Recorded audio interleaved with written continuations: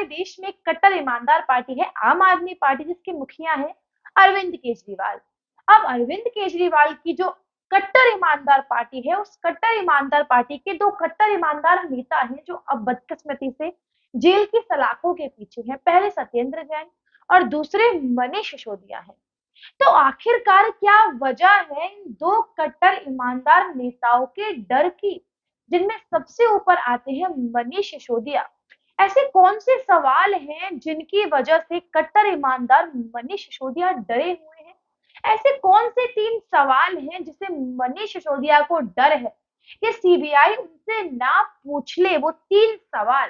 तो आज की इस वीडियो में मैं आपसे बताने वाली हूँ उन तीन सवालों के बारे में कि आखिरकार वो कौन से तीन सवाल है जिनसे कट्टर ईमानदार पार्टी के कट्टर ईमानदार नेता डरे हुए हैं। उन सवालों पर पहुंचे उससे पहले थोड़े से हालात बयां कर दूं आपसे आम आदमी पार्टी के कट्टर ईमानदार नेताओं के। हालांकि आज आम आदमी पार्टी को बहुत बड़ा झटका लगा है कोर्ट से, क्योंकि आज दो की जो दो जीने के सहारे थे आम आदमी पार्टी के पास, वो दोनों ही छीन लिए हैं जज साहब ने। पहला तो मनीष सिसोदिया की जो जमानत थी उसको सुरक्षित कर लिया गया है फैसले को, और 10 तारीख तक टाल दिया गया है।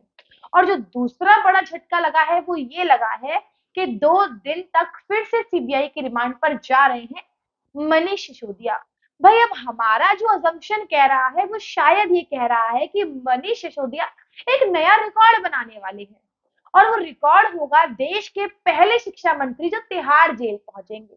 हाँ, बिल्कुल सही सुना आपने, बिल्कुल पहुंचेंगे, क्योंकि जिस तरीके से आरोप लग रहे हैं और सबूत हैं सीबीआई के पास, उनसे तो भाई यही लगता है कि तिहाड़ जेल पहुंचेंगे।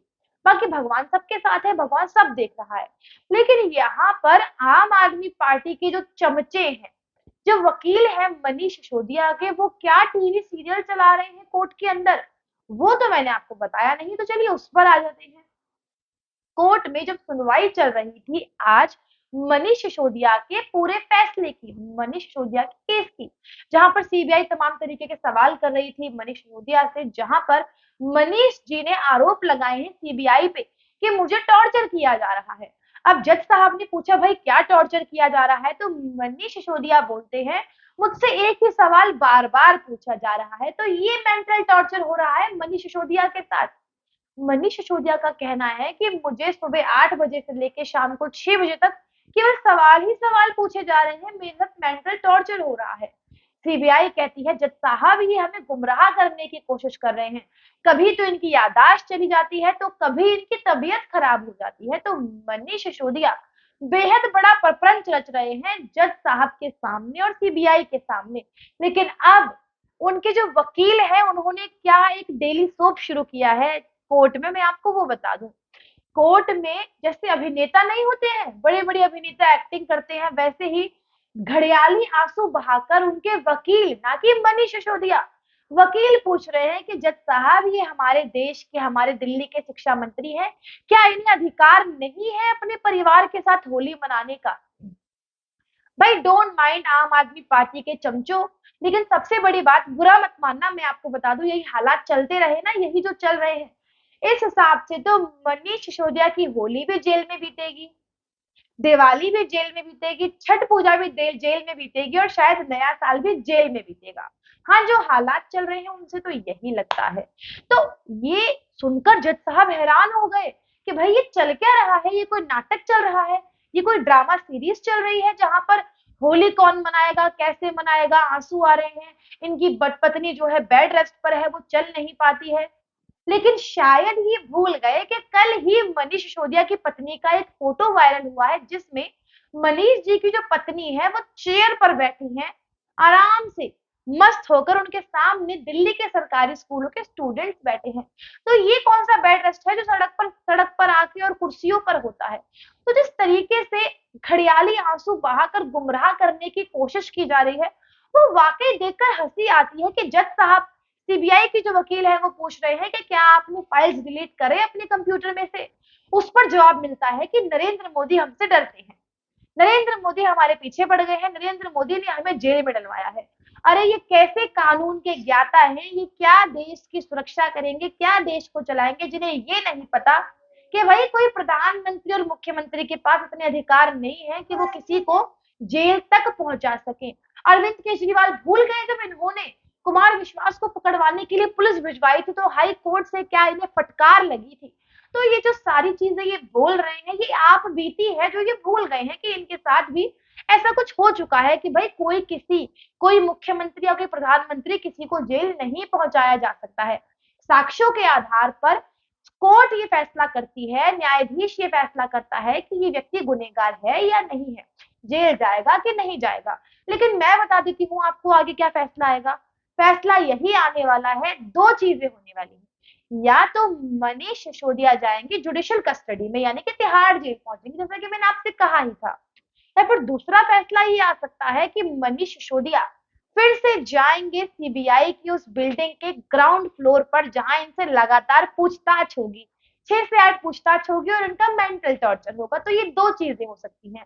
लेकिन अब आते हैं अपनी आज की वीडियो के विषय पर। जैसा कि मैंने आपसे कहा था कि वो कौन से 3 सवाल हैं जिनसे मनीष सिसोदिया डरे। तो सबसे बड़ा जो डर है मनीष सिसोदिया का वो ये है क्योंकि सीबीआई की तरफ से कहा जा रहा है कि बहुत सारे सवाल ऐसे हैं जो पूछने बाकी हैं और कई सारे लोगों से इसका आमना सामना करवाना है।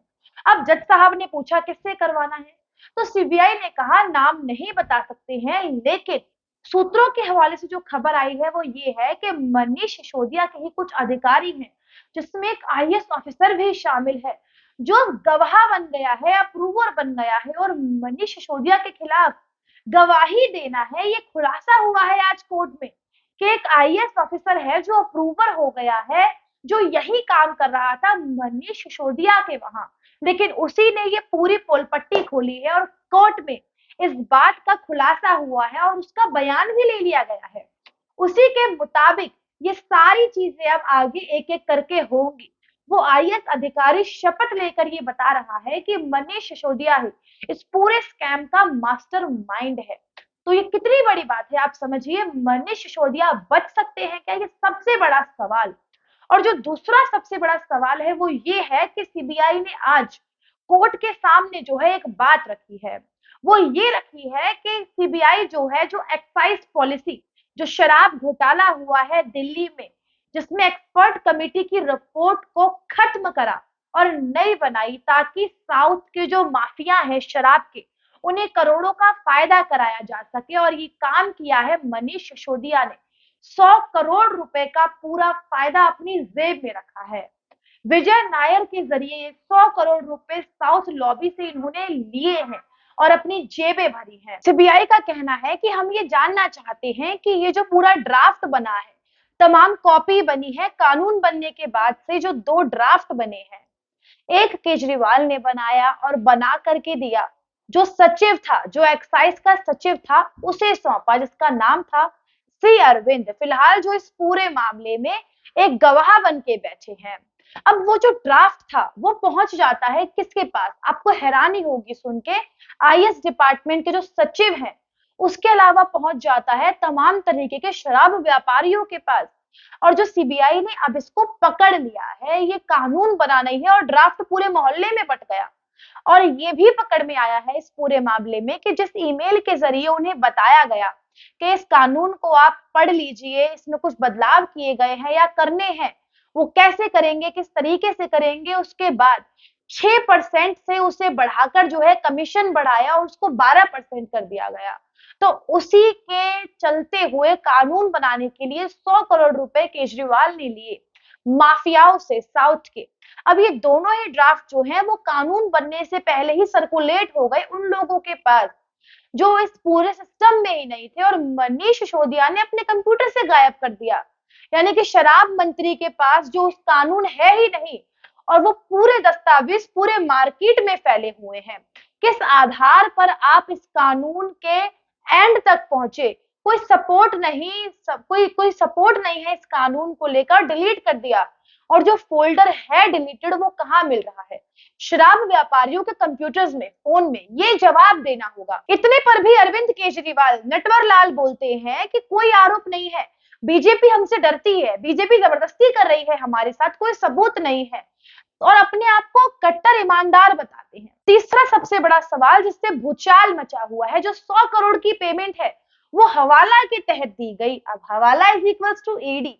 और ईडी गिरफ्तार कर लेगी तो मनीष सिसोदिया की, अभी होली पे सवाल उठा रहे हैं, अगली दिवाली भी जेल की हवा के अंदर निकलेगी। मनीष सिसोदिया की जो हवाला प्रोसेस है उसके तहत वो 100 करोड़ रुपए दिए गए। तो इस तरीके की चीजें हो रही हैं और अब इन सवालों से मनीष सिसोदिया की हवा निकली हुई है कि ये सवाल मुझसे कहीं ना पूछ लिए जाएंगे तो मैं क्या करूंगा। अब यहाँ पर फोन तोड़ दिए, उन सभी चीजों के अलावा जो फाइल डिलीट कर दी, लेकिन उसके भी अलावा दिनेश अरोड़ा जैसे लोग सामने आ रहे हैं और बाकी चीजें सामने जो आ रही हैं, आईएएस ऑफिसर का बयान आ रहा है, सी अरविंद का बयान आ रहा है, सरकारी गवाह बन गए हैं। तो इन सभी चीजों को लेकर जो जांच चल रही है और जिस दिशा में जा रही है, उससे यही लग रहा है कि केजरीवाल जी जो है कट्टर ईमानदारों के साथ तीसरे खाने में आने वाले हैं और पूरी ईमानदारी की पार्टी वहां ईमानदारी का डंका बजाने वाली है। तो अरविंद केजरीवाल जी की इस ईमानदार पार्टी के बारे में आपको क्या कहना है, हमें कमेंट करके अवश्य बताइएगा। तो वीडियो को देखने के लिए आप सभी का धन्यवाद। वीडियो पसंद आई हो तो वीडियो को लाइक करें, कमेंट करें और चैनल को सब्सक्राइब करना बिल्कुल भी ना भूलें। नमस्कार।